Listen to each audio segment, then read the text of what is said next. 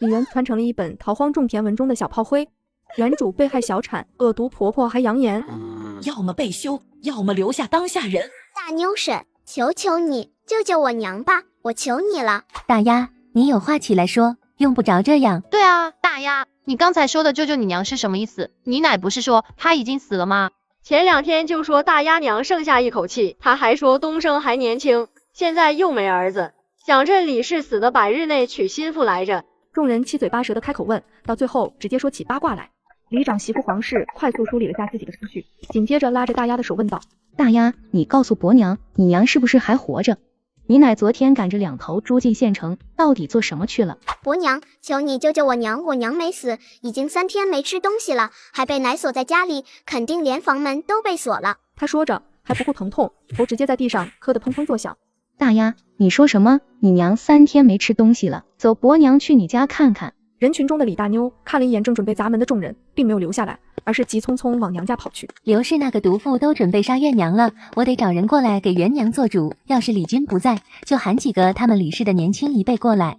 他们李家的姑娘绝对不能被这样欺负。原书女主王灿才重生，上辈子她被刘东升那畜生毒死，想到嫁进刘家后，她为数不多的暖心日子是李氏留下的2个孩子给的。只要李媛愿意离开，这次应该是个很好的机会。等离开后，若是能够带着大丫二丫姐妹俩一起，日后我也会尽自己所能帮衬她的。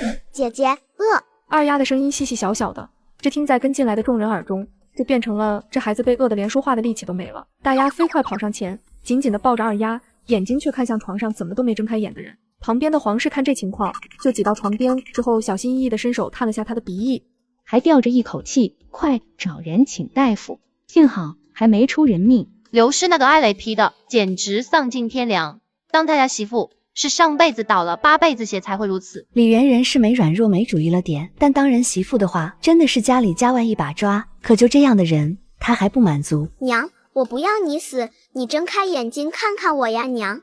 大丫，你别这样，你娘还活着，要真没了，你这样不是让她走得不安心吗？伯娘，我好怕。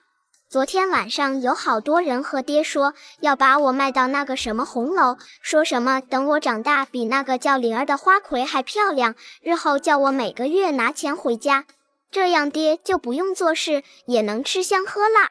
娘，我好怕，你不要死，我不要你死。原来刘家早早就存了这样的心思，难怪大丫会在年前就被卖了，且还是卖到那样的地方。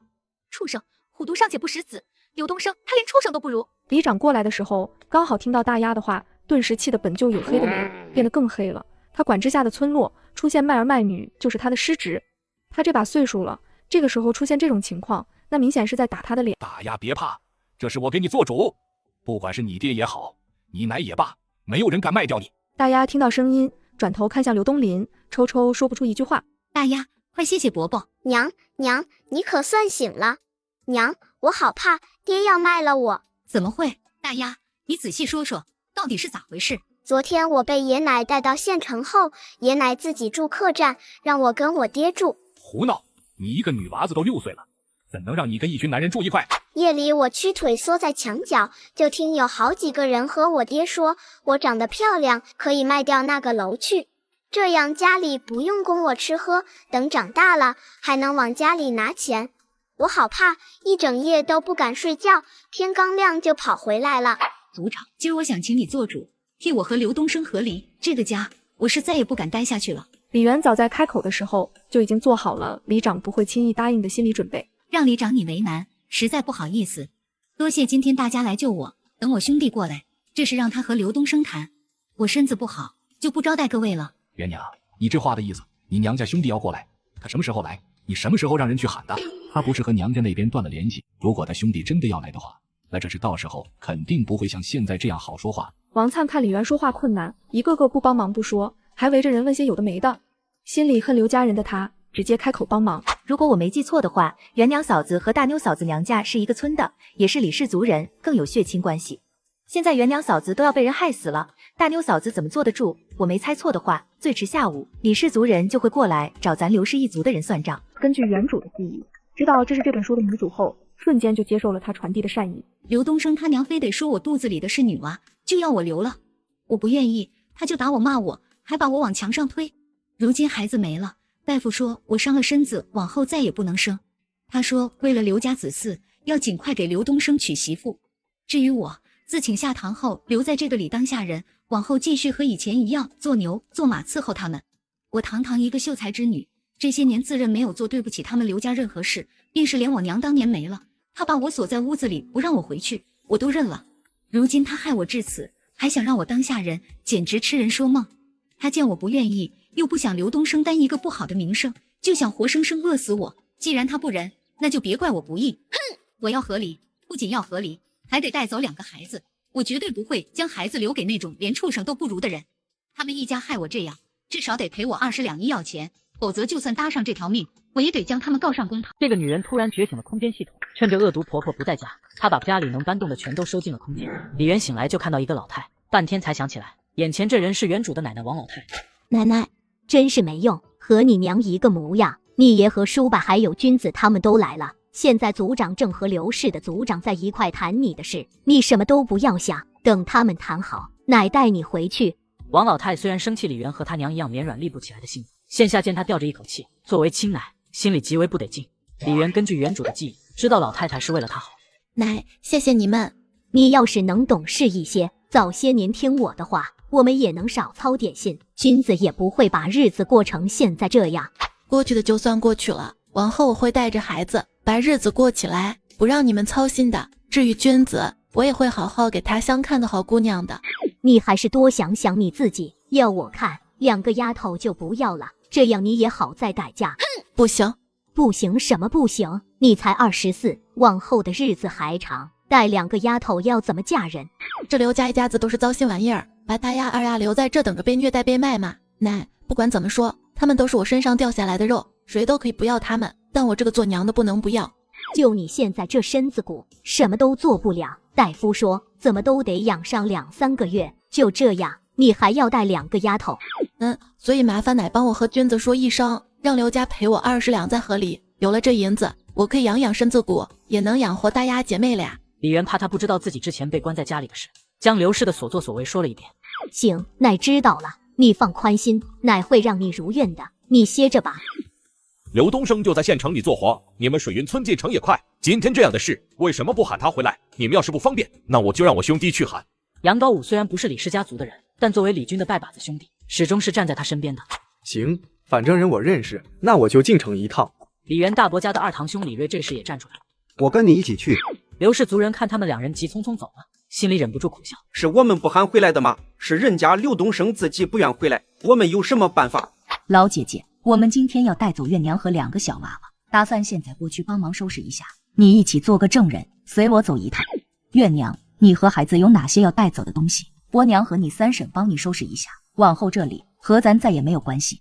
伯娘，这里的东西都不要了。你这孩子会不会过日子？什么都不要的话，你回去穿什么盖什么，哪怕你拿到20两的赔偿钱，往后你看病吃药养大孩子不要钱，听婶的，能带走的全部带走，就算是破烂的衣服也没关系，咱们可以用来纳鞋底。行，我的东西都在这个屋里，伯娘你和3婶看着收拾。娘，要不就不收拾了，就这些破烂带走，回头刘氏还要上门闹。林氏闻言环视一圈，见屋子空荡荡的，心里也憋得慌。元娘，3婶觉得离开这里，往后就是新的开始。既然是新开始，那咱这衣服被褥什么的也得用新的才行。这里的东西就不要了，等回去3婶扯不给你们做新衣服。既然你3婶给做新衣服，那伯娘给你做床新被褥，就当是当初给你的添装。月娘，我们先去你们水云村的族长家，等见了刘东升，把和离书签了，我们直接回去。好。大娘可知道我家大丫二丫在何处？灿娘知道你这边事多，2个孩子都是她在带，你放心，等你走时，2个孩子会跟你一起走。李元看过书，知道书中女主对2个姐妹俩有多好，因此很是放心。谢谢大娘，那我就先走了。族长家，李军看到刘东升就气不打一处来，直接上手暴揍一顿。老子早就警告过你，让你好好对待我姐，你是怎么答应的？有空闲在县城逛花楼，没空闲回家看媳妇孩子，媳妇都要被你那混账娘害死，你还只知往那地方钻。今日老子要是不过来，是不是过2天就得传来我姐病死的消息？李氏好歹是秀才的女儿，也是识文断字的，如果她能好好教导2个孩子，往后我们刘氏一族的小一辈兴许会有造化。你娘试图谋害李氏，这是证据确凿，现在李氏想要跟你和离，然后带走2个孩子，你赶紧把文书签了，另外再赔他20两，这钱10两是你娘赔李氏的医药费，另外10两是大丫姐妹俩往后的吃喝嚼用跟嫁妆。不行，我不能把孩子都给李氏，大丫必须得跟我。至于钱，没有，当年李氏是怎么来我家的，现在就怎么走。跟着你做什么？让你往花楼卖吗？无计可施的刘东升不想面对这一切，干脆眼睛一闭，假装痛晕过去。先拖着吧，现在时间晚了，城门已关，有什么事等明儿。兴许明天早上爹娘已经回来了呢。在场有脑子的人都看得出来，刘东升在假晕。李元见状，眼眸一转，计上心来。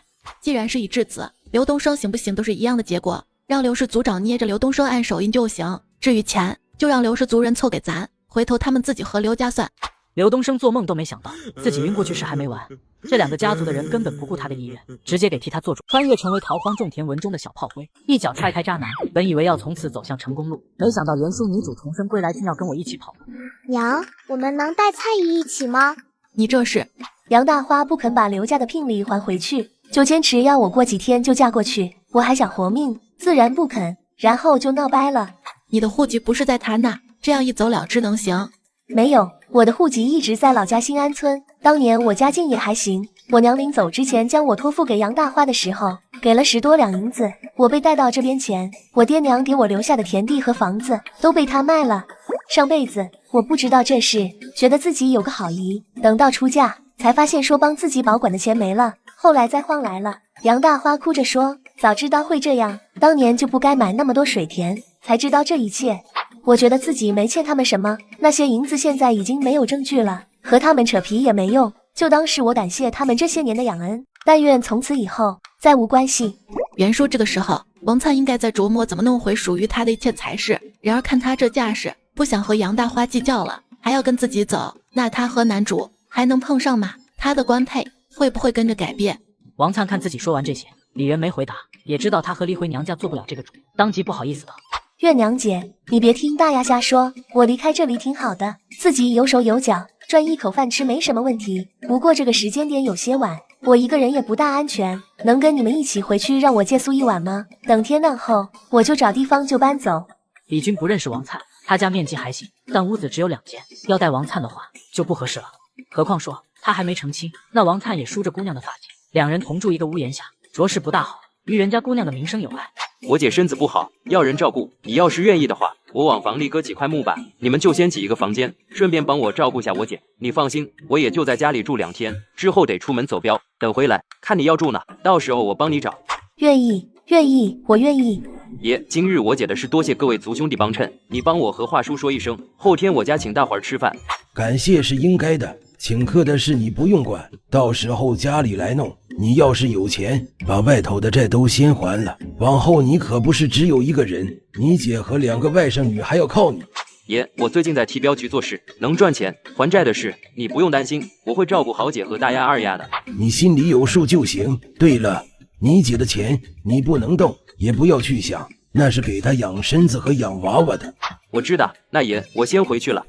谢哥，可有让人送些吃的过来，我们都没吃晚饭。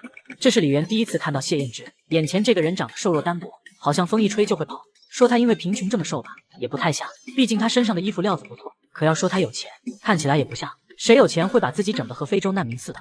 我猜你们今天晚上应该要回来，怕你们还没吃饭，就让包子铺那边送了些包子馒头过来。我不敢帮忙热，这会儿正搁在灶房的铁锅里。杨高武和王灿已经把孩子们抱进李军的房间里睡了，出来听到这话，下意识问道：看你这胳膊，不会是进灶房割包子的时候被门槛绊了一下给摔的吧？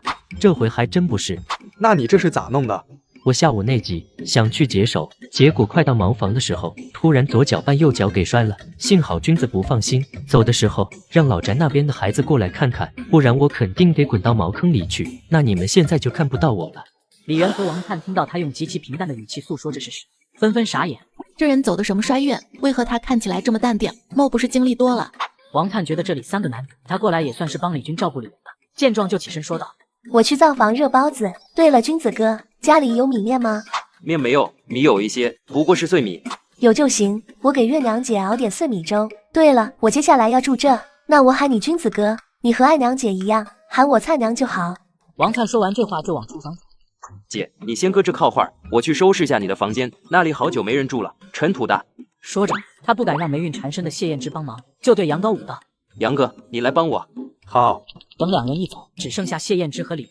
这是谢燕之第一次认真打量李媛，见她果真和她脑中所想那样，长得娇娇弱弱，一脸苍白，看起来极为可怜，十分符合她画本中病弱的茂母妇人。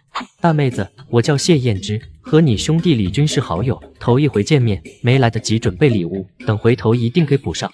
李媛歪着头想了半天，没在原书中想出这么1号人物来。想来你应该知道我叫李苑，不过我已经是2个孩子的娘，年纪可能比你大。你和君子既然是兄弟，要不喊我苑娘姐。至于礼物，那倒不必，咱们相互人家，不行这个。要的，要的，我和君子是一父一母的亲兄弟，他外甥女也是我外甥女，她的姐妹也是我的姐妹。不过我年纪大，今年20有5，大妹子你应该比我小1、2岁，可以和君子一样喊我谢哥。这人确定不是穿越来的东北汉子？看他那热乎劲，怎么看怎么都像现代人。想了想，他眨眨眼，状似不经意地说了一句：“嘿，该死！”啊，该死！不是，我说大妹子，你怎么好端端的骂我该死？我这人虽然倒霉了点，但也不到该死的地步啊。李媛晚上睡觉总是听到耳旁有水滴的声音，等他早上醒来，突然发现手指缝好像有水。哇哦！难道这就是传说中的金手指？月娘姐，你醒了，我熬了点菜粥，你先垫一口，等中午给你熬鸡汤。哪来的鸡？君子养鸡了？没有，是他一大早和村里人买的，说月娘姐你现在小月子，需要好好补一补。李媛听到这话，点点头，之后左右看了看大丫二丫姐妹2个在这。灿娘，孩子们呢？君子哥拿着月娘姐你的和离书去衙门给你取婚书，还说顺便把你和孩子的户籍落到他名下。这不，他和昨晚那2个大哥一起走了，走的时候他孩子会吵到你，就说带他们去县城玩。王灿说完这话，眼眸闪了闪，紧接着从桌上端起一杯水递了过去。月娘姐，一宿没喝水口渴了吧？你先喝口润润嗓。李媛觉得他的反应有点奇怪，却也没多想，在接过水后抿了一口，好甜，这水哪来的？不像放了糖。就水缸里的水。月娘姐，你觉得身体如何？会不会难受不舒服？你要是难受就说，我找人去给你请大夫。李媛见他这样，下意识觉得水有问题，但是水很甘甜，喝完后他觉得浑身都轻快了不少。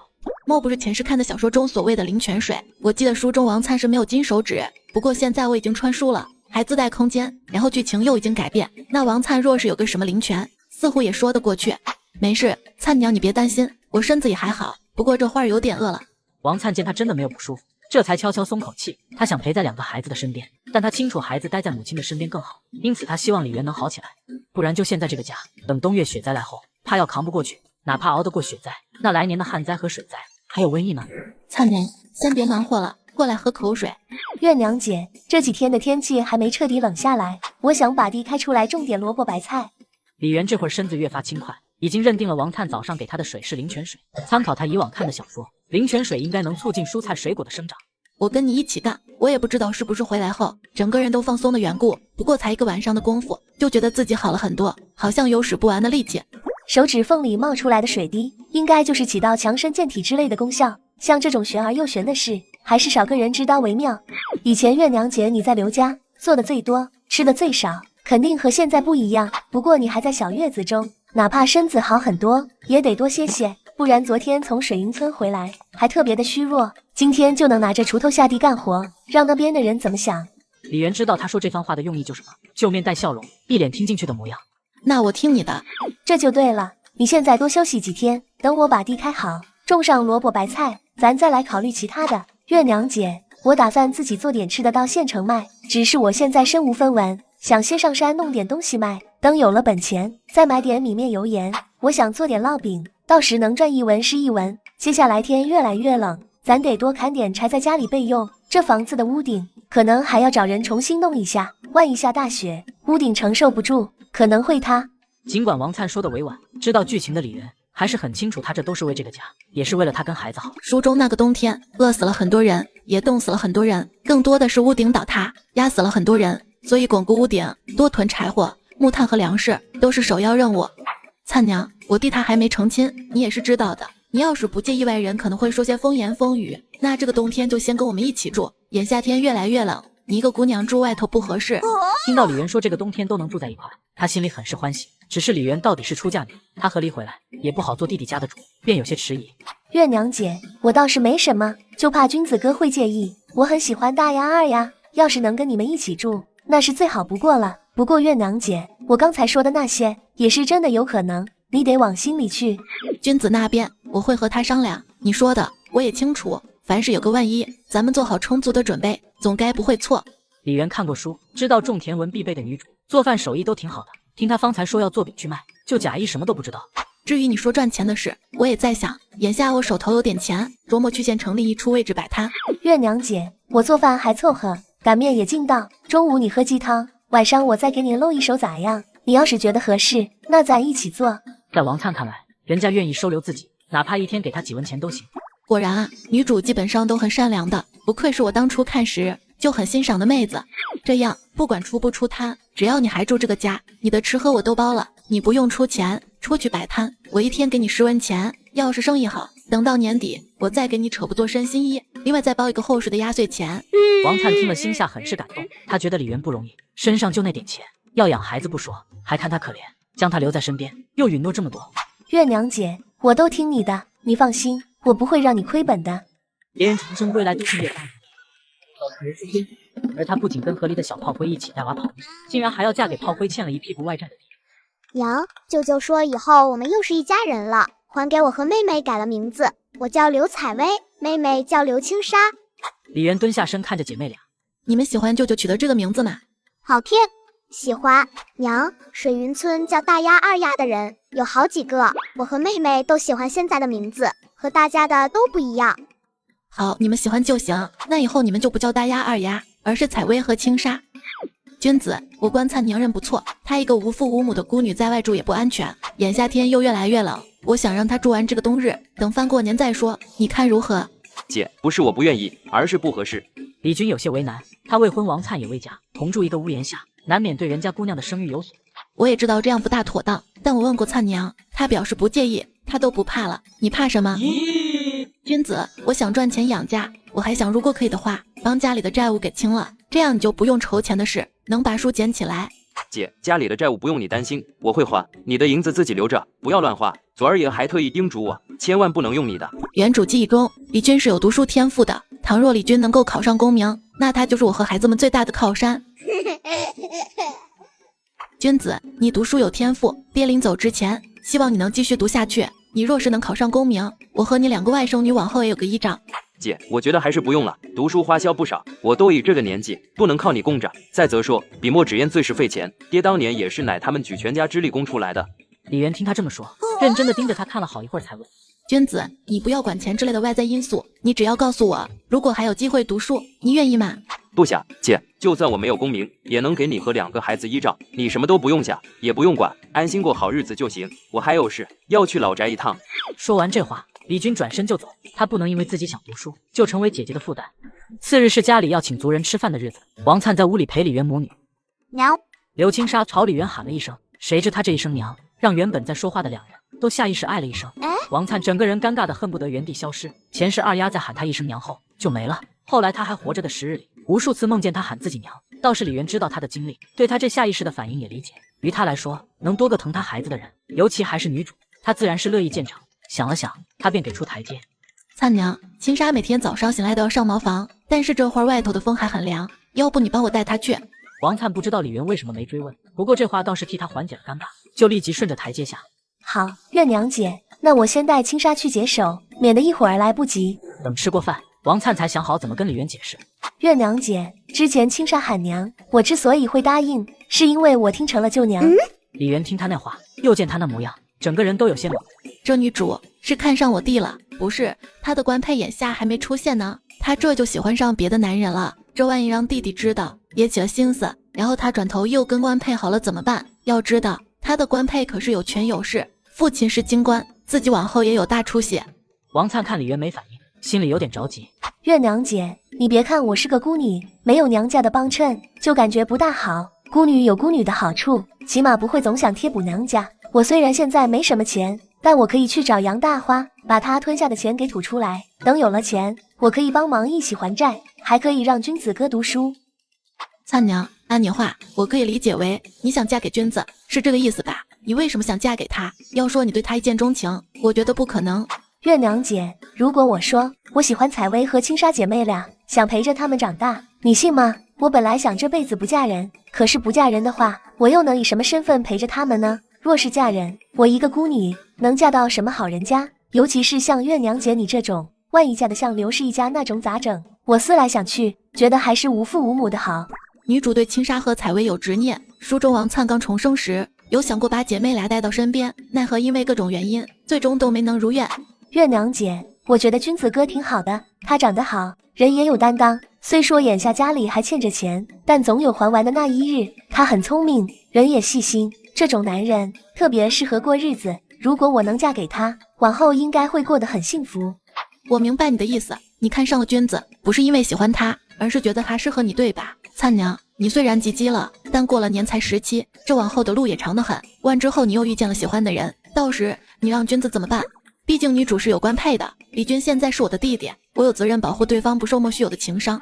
月娘姐，我不是那种人，我知道你怕我对君子哥没感情，往后做出伤害他的事，这个你完全可以不用担心。只要君子哥不讨厌我，那感情可以慢慢培养。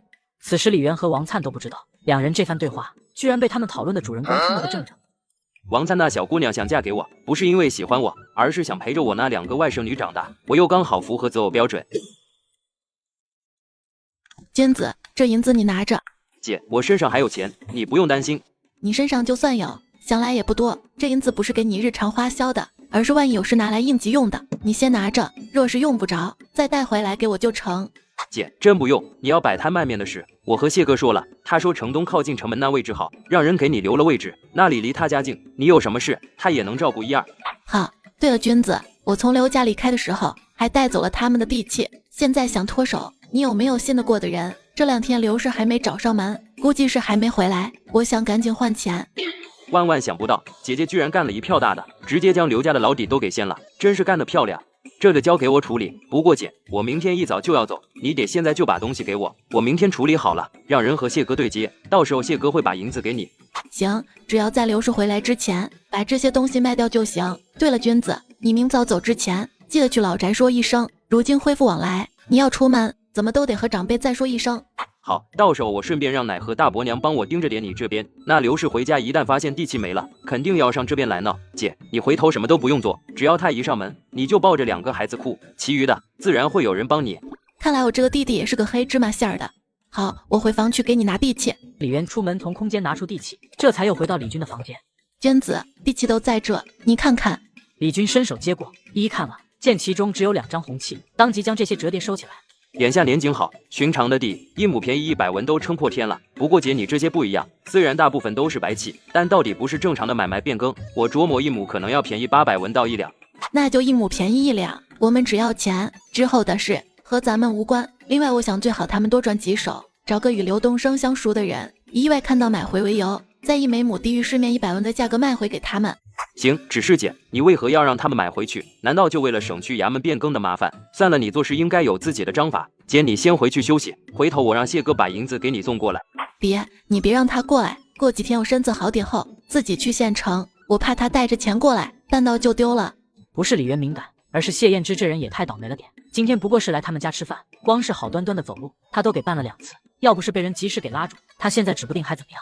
也行，你去了刚好认人家门，回头摆摊你有什么事也好找过去让他帮忙。夜里李媛听到外头的声响，出来就看到李军正准备出门，这会儿就走。我得先去处理你昨晚说的事。姐，这会儿时辰还早，你回去睡觉吧，我走了。你和王姑娘摆摊，要是遇到什么事，记得找谢哥。家里边的事有爷奶他们在，没人敢欺了你们去。李军简单交代了2声就走了。李媛站在原地，等看到黑影越来越远，这才准备将门关上。月娘姐，天都没亮，你怎么起了？